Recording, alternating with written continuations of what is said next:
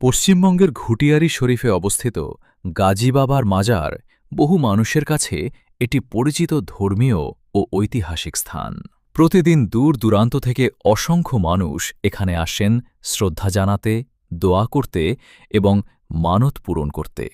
এই স্থানকে ঘিরে নানা লোককথা ও ঐতিহ্য প্রচলিত রয়েছে, যা বছরের পর বছর ধরে মানুষের আগ্রহের কেন্দ্র হয়ে আছে। বিশেষ করে উরসের সময় এখানে ভক্তদের ভিড় চোখে পড়ার মতো।